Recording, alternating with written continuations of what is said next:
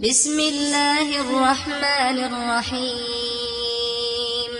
شروع کرتا ہوں اللہ کے نام سے جو بڑا مہربان نہایت رحم والا ہے۔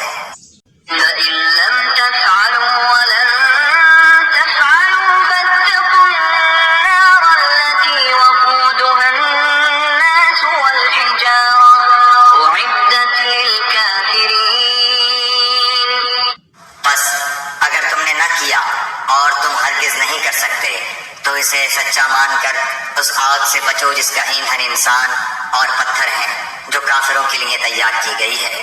اس سے پہلے مکے میں کئی بار یہ چیلنج دیا جا چکا تھا کہ اگر تم اس قرآن کو انسان کی تصنیف سمجھتے ہو تو اس کے معنی کوئی کلام تصنیف کر کے دکھاؤ۔ اب مدینے پہنچ کر پھر اس کا اعادہ کیا جا رہا ہے، جس کا ایندھن بنیں گے انسان اور پتھر۔ اس میں یہ لطیف اشارہ ہے کہ وہاں صرف تم ہی دوزخ کا ایندھن نہ بنو گے بلکہ تمہارے وہ بت بھی وہاں تمہارے ساتھ ہی موجود ہوں گے جنہیں تم نے اپنا معبود و مسجود بنا رکھا ہے۔ اس وقت تمہیں خود ہی معلوم ہو جائے گا کہ خدائی میں یہ کتنا دخل رکھتے تھے۔